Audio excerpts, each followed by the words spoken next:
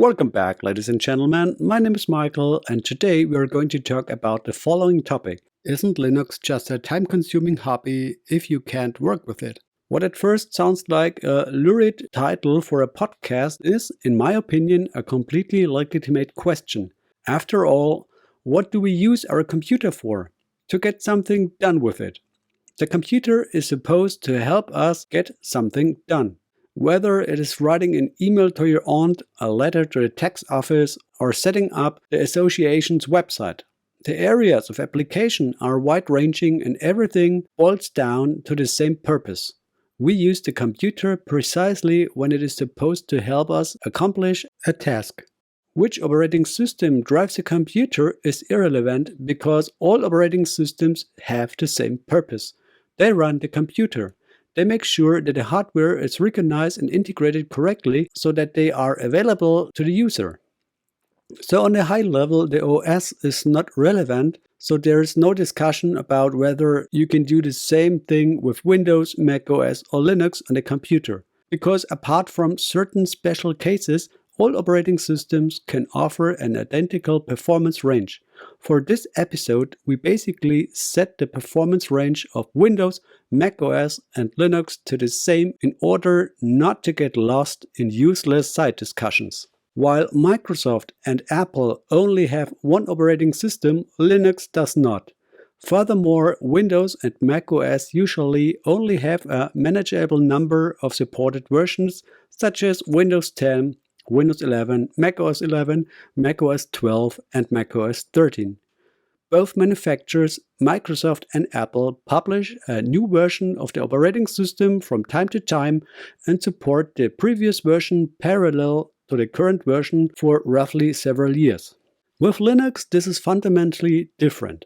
Linux is only the kernel of the operating system, which is packed and provided by so-called distributions together with other software packages.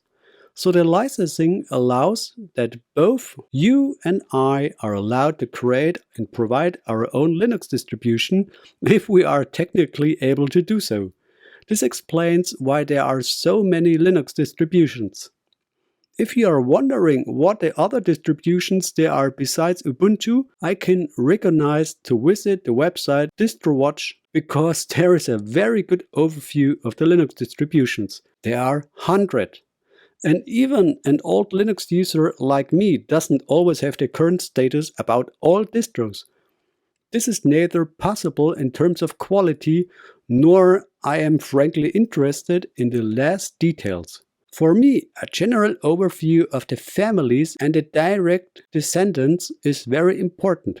What is then going on down to the last detail below that, you don't need to know. I'm also sure that you don't know your family and distant relatives down to the last detail either. And here we are already talking about people and not about operating systems. So in my opinion, it is quite legitimate not to know every last little niche distro. It is enough to know the relevant distros first. Now that we've warmed up to the constitutional situation of Linux, let's go back to the topic at hand. After all, Linux can be nothing more than a time-consuming hobby if you can't work with it. Why is that?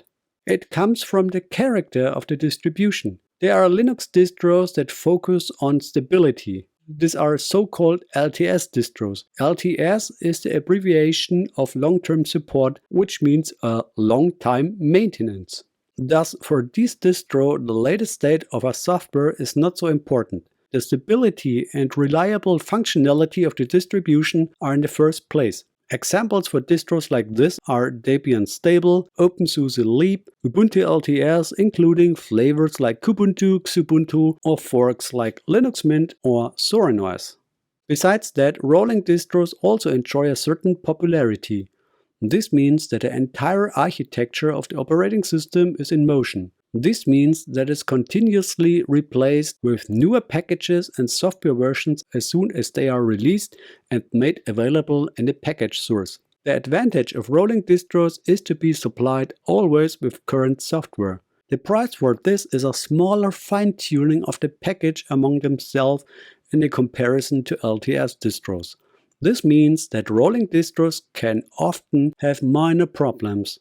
One example of this is package dependency problems. This happens to me regularly in my VMs. Or after startup, the grub bootloader has a problem and has to be reinstalled or configured via a live system. All tasks that can be solved quickly with the appropriate routine, but they require not only knowledge, but also time. And this may be bearable on private systems, but in the corporate environment, in a business, this is an absurdity. Imagine you are sitting in a meeting and want to start your presentation to the customer, and this happens. What effect does this have?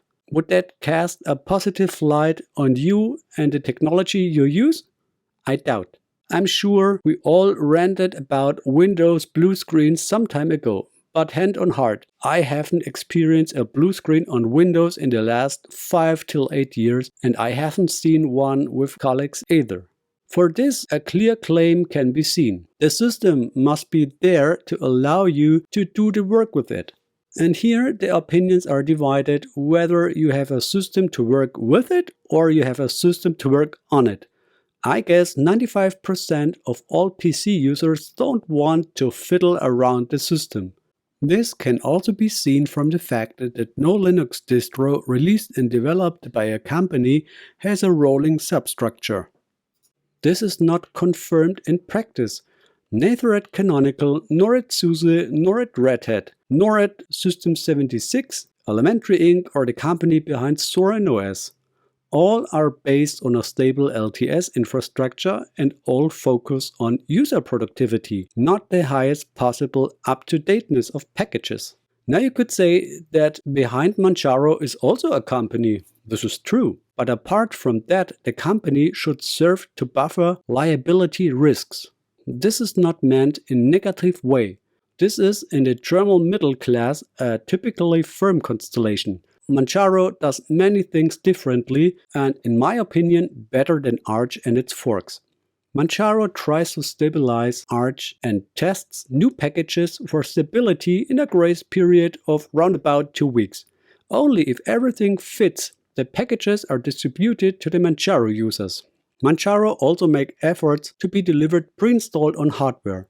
All this involves effort and risk, not just financial. The risks are many, and to hedge against them it is right and legit. But the business purpose of the company behind Manjaro seems to focus more on the consumer market and the end user. How lucrative this will be or can be remains to be seen. But despite all efforts, even with Manjaro, errors could happen which users have to solve. LTS distros are not bug-free per se, but most of the problems are less likely to be caused by the distributor. The more the system deviates from the standard and delivery state, the more the responsibility shifts to the user. However, the maintenance effort of LTS distros is generally very low. For these reasons, they are often used as server in addition to desktops. Debian, SUSE, Ubuntu and Red Hat all have this tendency. Ergo, a basic stability can be assumed that is unparalleled and on Unix level. This is my recommendation. If you are dependent on a system, for example, self-employed person, a doctor, a lawyer, a craftsman, or ordinary home user with focus on normal PC use, I strongly recommend an LTS distro.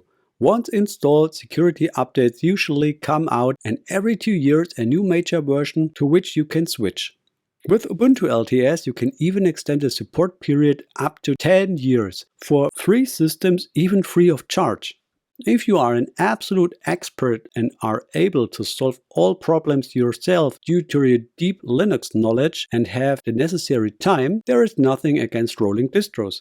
Especially if you can do without the main computer thanks to the second computer until the problem on the first computer is solved.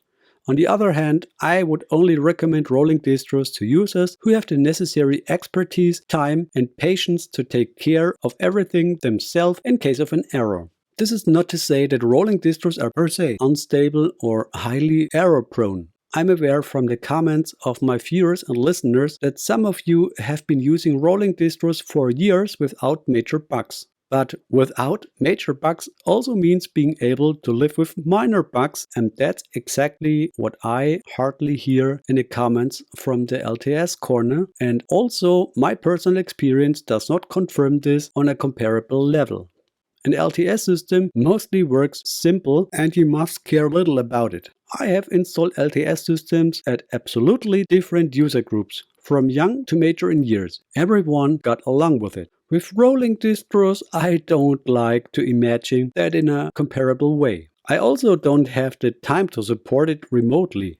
It must run, and it does that with LTS distros demonstrably absolutely reliably. So I make my point. Linux can be a time-consuming hobby if you can work with it, but it can also be incredibly productive if you use the right distribution for you. In my opinion, it doesn't matter if you're a newbie or a veteran. LTS distros are suitable for all user groups. With rolling distros, I would not sign this so, especially not for newcomers and beginners or casual users.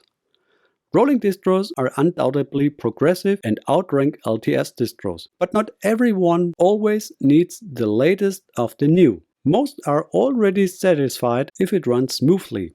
Otherwise, operating systems like Windows, macOS, Ubuntu, Android, iOS, iPadOS would not be so successful. Otherwise, everyone would use Arch or GrapheneOS or LineageOS. But this is not the case in reality, and there are no reason for that. The world is not waiting to be converted by the circles. The world is waiting for intelligent solutions that solve tasks and are relief. Everything else is nice, but more or less hobby character if you ask me. How do you see it? I'm already curious about your opinion in the comments. That was today's podcast episode. Thank you for the kind attention and see you hopefully soon. Peace, ladies and gentlemen.